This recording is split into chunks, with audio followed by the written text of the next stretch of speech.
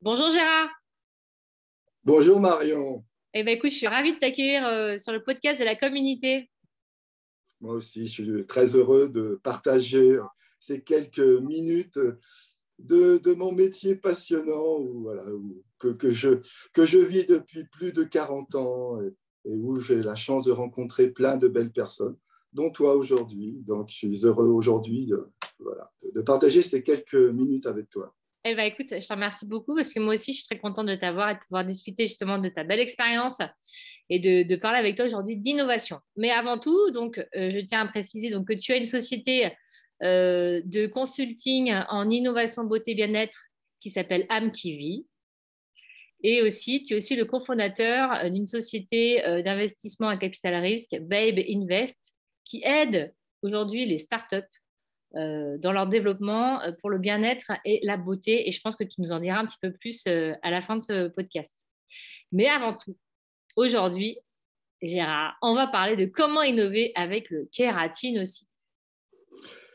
Alors voilà, moi je vais vous emmener donc dans mon univers. C'est Super. peut-être pour ça aussi que je suis un peu le pesquet de l'univers de la peau et en particulier du kératinocyte. Parce que d'ailleurs, au passage, j'appelle le kératinocyte, qui est la première cellule de notre corps, puisqu'on a à peu près 2000 milliards. Notre corps, c'est à peu près 60 000 milliards de cellules. Et s'il n'y avait pas le kératinocyte, on ne serait pas là en train d'échanger tous les deux. Parce que notre On n'aurait corps, pas de c'est forme.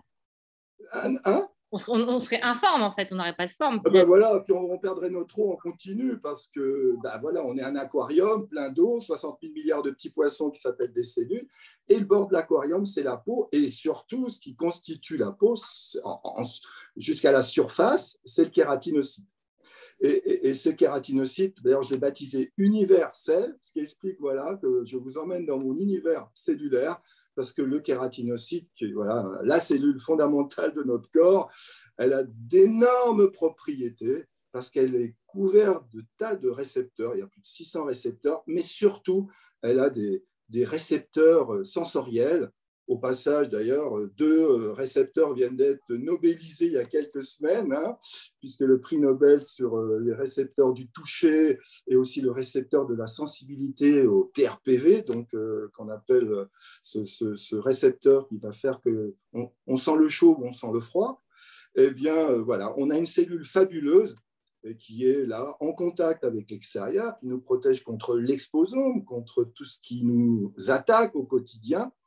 Et puis également, elle maintient tout ce qu'il y a à l'intérieur et elle communique en continu. C'est un super Internet, cette cellule.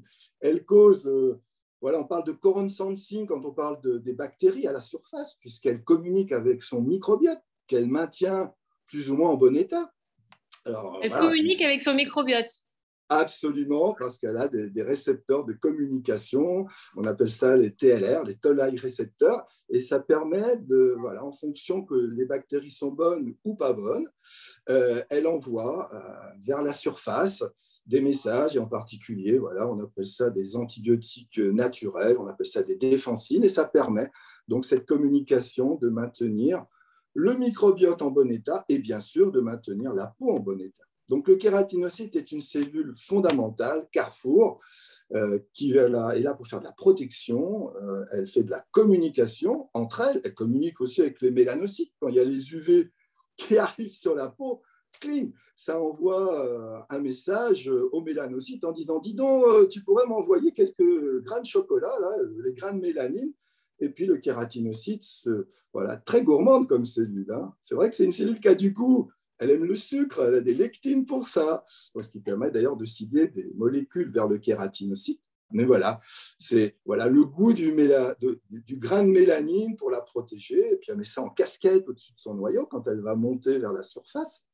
Pour se Puisque voilà, tu protéger connais. justement des rayons de soleil. Voilà, exactement. Bah, tu vois, le kératinocyte, il est à la base de l'épiderme. C'est une espèce de maternité cellulaire là, qui est très profonde. C'est à 0,1, voilà, à 100 micros au fond de la peau. Il y a une maternité cellulaire. Il y a des cellules mères porteuses. Là, c'est beau kératinocyte cubique. Ça ressemble un peu à des chamallows là, voilà, cubiques. Et tout doucement, elle se différencie pour devenir voilà, une cellule un peu cornflakes. Tu vois, je suis un peu dans l'alimentation, excuse-moi, mais elle devient un cornflakes en surface. Non, mais Et au c'est pour passage, imager, pour au bien cours de imager. au cours de la montée, elle se muscle de kératine, elle s'entoure d'un manteau de lipides, puis c'est fait presque un millefeuille en surface. Des cellules gâteaux avec de la crème autour. D'ailleurs, au passage, le stratum corneum ressemble beaucoup à une émulsion. Ah, au niveau de la composition. Ah, c'est Ah, une bioémulsion. Et j'aime bien pour ça le kératinocyte. Qu'est-ce qu'il sait faire comme chose? C'est une cellule vraiment, voilà, une cellule universelle qui a plein de belles facultés. On le dit, au niveau du toucher, elle a des récepteurs du toucher, des récepteurs à l'odeur. Elle peut sentir des molécules qui vont en même temps la stimuler, comme le santalol, voilà, va stimuler sur la régénération. Elle goûte aussi, elle a des récepteurs à l'amertume, elle a des récepteurs au sucre, on appelle ça des lectines. Elle voit, c'est une rétine primitive, elle a les récepteurs qu'on a aussi dans nos yeux, qui mais elle voit reconnaît, quoi? Elle voit quoi alors? elle reconnaît le bleu, le vert, le rouge, et en fonction des Ah, longueurs d'onde, ça va la stimuler. On sait que le bleu peut la calmer aussi. Enfin, un bleu pas trop proche des ultraviolets A, parce oui. que sans ça, il se produit un phénomène d'oxydation. Attention, ton ordinateur, hein, c'est pas très bon la lumière bleue, ça a des effets oxydants puis inflammatoires. Bref, on connaît bien maintenant les mécanismes de la lumière bleue. En grande quantité, il faut être quand même longtemps devant son ordinateur que ça arrive. Le vert a un côté détoxifiant, c'est vrai, il peut dépigmenter, il peut un peu permettre, ça augmente l'autophagie. Enfin, bon. Et le rouge, lui, il a un côté très stimulant, puisque stimuler le kératinocyte fabrique de l'énergie. Passage avec le rouge et le proche infrarouge, on stimule les mitochondries, ça fait de la belle énergie. D'ailleurs, on s'en sert aussi pour les fibroblastes. On voit bien aujourd'hui quelques appareils sur le marché de LED-thérapie Tout à fait. qui sont utilisés dans certaines marques. Eh bien, c'est une belle approche qui s'associe bien à des molécules qui vont permettre de maintenir mon kératinocyte en bon état, puis de permettre en dessous, dans la charpente cutanée, celle où tu trouves du collagène, de l'élastine, de l'acide hyaluronique, et puis ces cellules charpentières que sont les fibroblastes, bah, les stimuler, elles bossent mieux, elles régénèrent mieux, elles réparent mieux, puis le kératinocyte au-dessus, bah, il bosse mieux aussi, et puis il fait un beau stratum cornéen. Donc, Donc tu vois, ça veut dire que c'est une cellule en fait qui est très vivante, très, très intelligente en fait et qui a beaucoup de récepteurs qui lui permet d'être ouais, de tout sentir ce qui se passe autour d'elle, même au niveau olfactif. Donc tu disais qu'elle peut. olfactif. Et Elle quel a, est l'impact alors du coup? Qu'est-ce que ça a fait d'avoir à quoi ça sert d'avoir ces récepteurs olfactifs par exemple? on parle d'aromathérapie, par exemple, tu Oui. vois, tu as des molécules, des structures aromatiques où on trouvera des récepteurs sur le kératinocyte. Tu vois, je parlais du santalol tout à l'heure.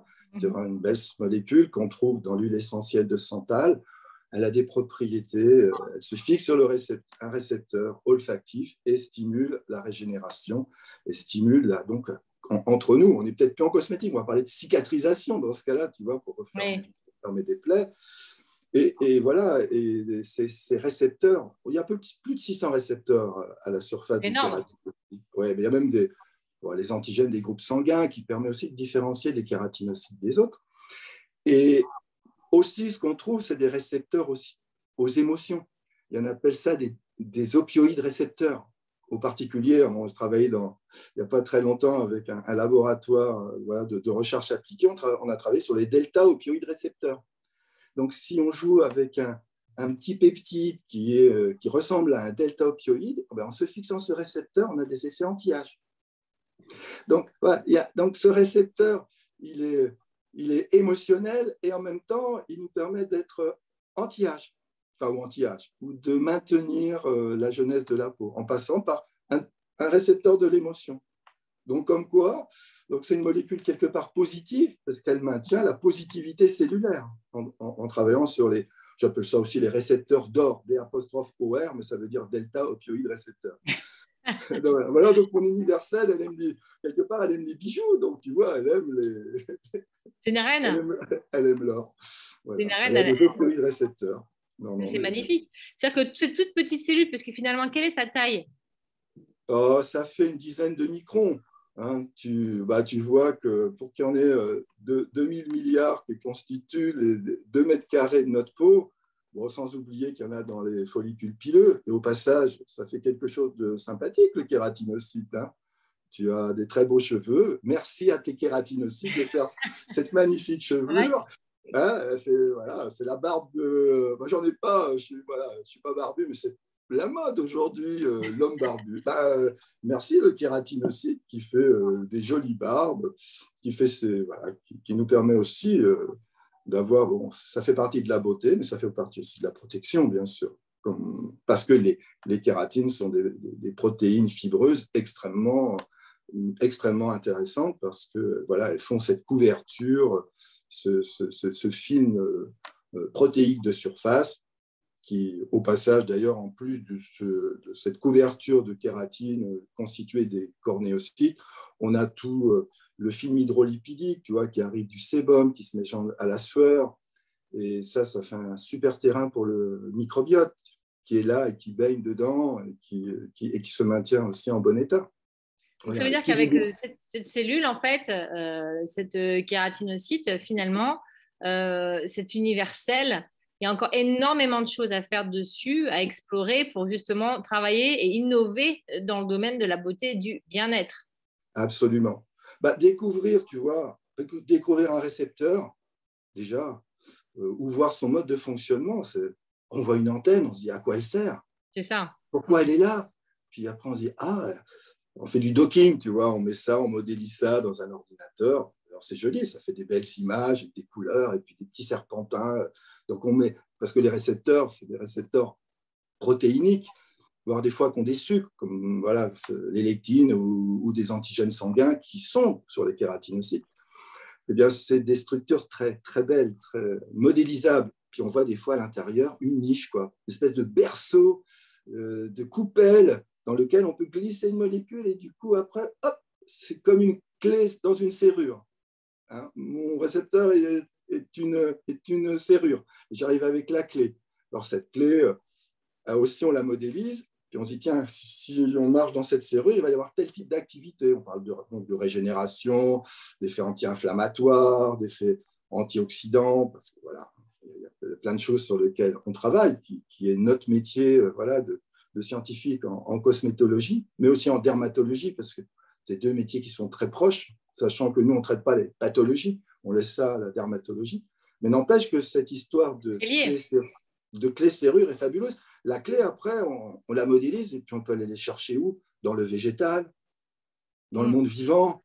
On appelle ça de la pharmacognosie inverse. On parle de la serrure. On cherche la clé, puis après, on va, un peu comme des crocodiles Dundee ou des champollions, on va aller décrypter des molécules dans le monde du végétal.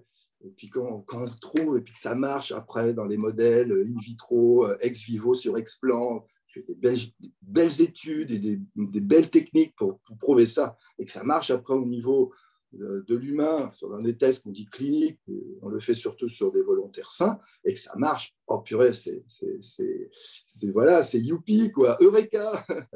Et plein de molécules aujourd'hui sont découvertes parce qu'on a cette démarche de décryptage, de sorte de champollion du récepteur cellulaire, et en particulier moi, je suis plutôt un bricoleur, un champollion du récepteur des kératinocytes, quoi, voilà. Et je m'intéresse, donc, comme je le dis dans mon discours, dans mon approche, Marion, c'est aussi et surtout sur les récepteurs sensoriels et émotionnels. Parce que ça, c'est notre métier de la cosmétique, qui nous emmène après dans l'humain, quoi. C'est comment on fait cette démarche scientifique. On ne fait pas tout seul.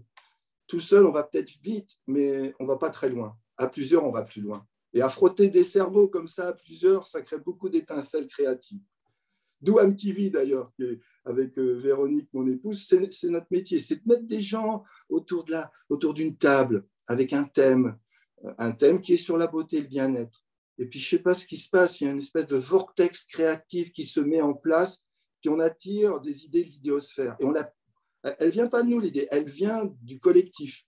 Elle vient de presque cette constellation humaine qui se met en place. Hein, c'est marrant. En plus, derrière moi, et après, on mûrit. Et puis chacun, par son expertise, je vais aller regarder ça dans mon microscope, ou je vais aller regarder ça dans mon tube à essai. Et puis la personne du marketing va dire ça, c'est une histoire que j'aime bien, j'ai déjà entendu parler de ça, mais ça, c'est nouveau et tout. puis le commercial, sans oublier le réglementaire qui dit attendez, là, vous faites gaffe, hein, cette molécule, elle n'est pas chine, attention. Enfin, ouais, tu vois, ça, notre métier. Non, mais c'est toujours ça, en fait. L'intelligence collective permet de co-créer des idées, d'en faire de rebondir sur les idées des autres et de finalement co-créer quelque chose qu'on n'aurait pas pensé seul, au final. Absolument. C'est ça, Absolument. collective. L'idée, elle est collective et partagée. Mm. Et puis, du coup, elle fait battre le cœur parce que, comme je le dis souvent, quand on démarre une réunion comme ça de créativité qui débouche sur l'innovation, je dis toujours, OK, vous prenez votre ego et vous le mettez au porte-manteau. On va plutôt travailler avec le cœur. Et avec le cœur, il y a de telles vibrations qui sont échangées que on se fait aussi bien plaisir qu'on fait plaisir aux autres.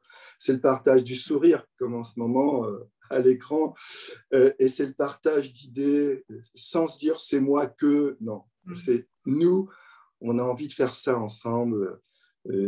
Et après, bien sûr, quand on a travaillé, on se passionne sur des sujets comme ça, après, c'est comment transformer l'idée en produit. Et c'est là où on partage ça avec des formulateurs. En particulier des formulatrices. Et j'avoue que, et je peux le dire, en France, il y a de fabuleuses formulatrices. La différence en Asie, puisque j'ai été assez souvent en Asie, et j'ai même collaboré pendant quelques années avec Amoré Pacifique, il y a plutôt des garçons qui sont au laboratoire. Ah oui. Ouais. Et je vois qu'en France, c'est beaucoup de femmes. Parce que je pense que la femme en formulation, elle a un talent. D'abord, elle fait le produit pour elle.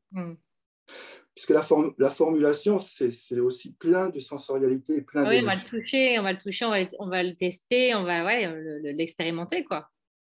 Et l'expérimenter, mais au moment où la formulatrice, le formulateur fait son produit, elle le fait avec le sourire. Quand elle formule avec du sourire, le sourire, il tombe dans la crème. Et je t'assure, et quand la consommateur ouvre le pot, le fait que ça a été fait avec de l'amour, ça met le sourire tout de suite au moment où tu le vois. Parce qu'on fait un métier d'émotion. On fait de la formulation émotionnelle. Bien sûr sensorielle, mais émotionnelle. Du sens naît l'émotion. C'est ça. Et ça, on peut le dire que ça, c'est aussi le French touch. Je vais être très cocorico là, mais c'est vraiment ici, chez nous, que dans le Made in France, c'est vraiment, voilà, on a plein de laboratoires exceptionnels, que ce soit au sein des grandes maisons, que ce soit à la sous-traitance, parce qu'il y en a qui se sont dit à un moment, tiens, je vais aller faire ça déjà pour moi, et puis bien sûr, gagner de l'argent en faisant mes formules pour les autres, parce qu'on voit bien, il y a plein de maisons, de jeunes maisons de cosmétiques, d'ailleurs que nous accompagnons. Tu as cité la société à capital risque qui s'appelle Babe Invest. C'est là où est aussi nos partages de valeurs. On va vers des sociétés, des petites startups où il y a bien souvent quelqu'un qui a une idée, un concept, mais comment la faire mûrir, comment ce petit bébé, cette petite graine, mère ou père porteur, c'est comment derrière je peux faire grandir cette idée. C'est là, on ne vient pas avec de l'argent, du cash, comme le font des investisseurs, en disant, bon, je vous mets de l'argent aujourd'hui, puis on verra dans 5 ans, j'en veux 10 fois plus, tu vois. Non, on vient avec un peu d'argent, mais beaucoup de notre expérience, beaucoup de notre amour du métier, puisqu'on est une bande de bienfaiteurs, on est surtout une bande d'experts qui couvrent le métier à 360, quoi. Et ça, c'est vrai que je pense qu'en France, en effet, on a une vraie expertise. Et aussi, on a les formations et on a une vraie expérience. Et on a les sociétés qui vont avec et qui permettent de développer cette vraie expérience et richesse qu'on a. Même au niveau culturel, en fait, c'est un art culturel qu'on a aussi. Donc, il faut le préserver, le développer et le promouvoir. Donc, c'est justement intéressant de pouvoir en discuter. Et j'aime bien ton discours sur ce que tu disais, donc de l'émo-science. En fait, on crée de l'émotion derrière cette science qui est quand même la cosmétique, parce que derrière, il y a beaucoup de science, mine de rien. Oui, beaucoup. C'est pas juste, on dit, on met ça. Il y a un vrai savoir-faire au niveau scientifique Tout à fait. à avoir. Donc, mais c'est toujours pour garder à la fin, se dire quand même qu'on est des créateurs d'émotions, même si on est des vrais scientifiques. Tout à fait. Avec on est des artistes moléculaires. C'est ça. On peut dire ça. Et tu sais, j'aime bien aussi cette définition que je détourne, qui est la définition de la santé. La santé, c'était à New York le 22 juillet 1946, il y avait des gens autour d'une table, enfin, des notaires, des médecins, etc. Puis ils se sont dit, mais la santé, c'est quoi? Mais c'est quoi? Ben, la santé est un état global de bien-être physique, mental et social, et pas seulement l'absence de maladies et d'infirmités. C'est quoi la cosmétique? Qu'est-ce qu'elle apporte? Elle apporte un état de bien-être global, physique, mental et social. On est un métier de santé.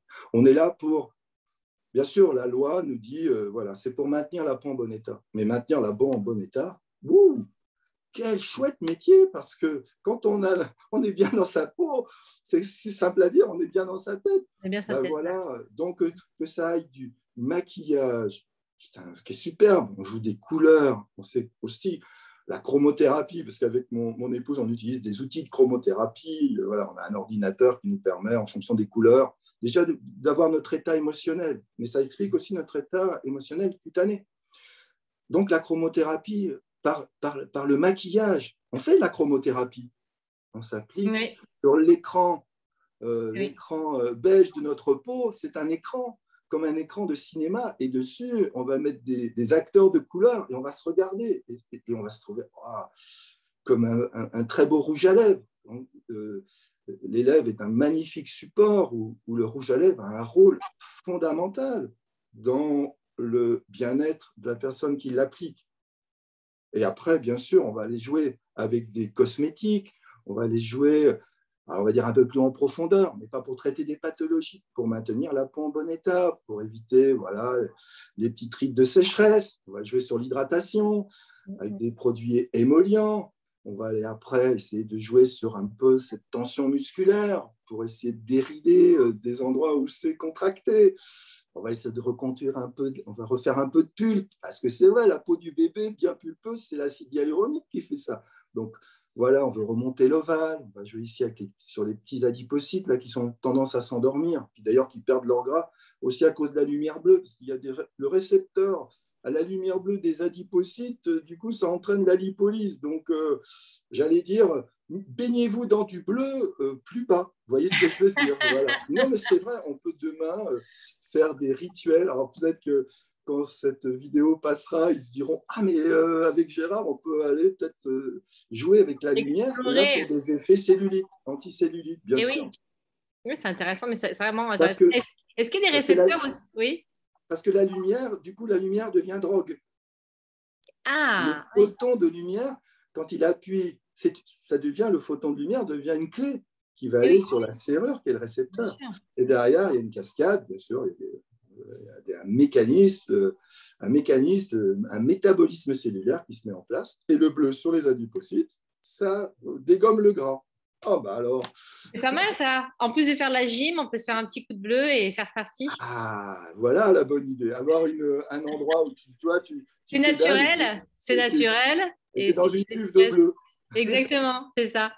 Et est-ce qu'il y a des récepteurs au bruit, par exemple, à la musique, disons-nous? Oui, c'est là quand on parle.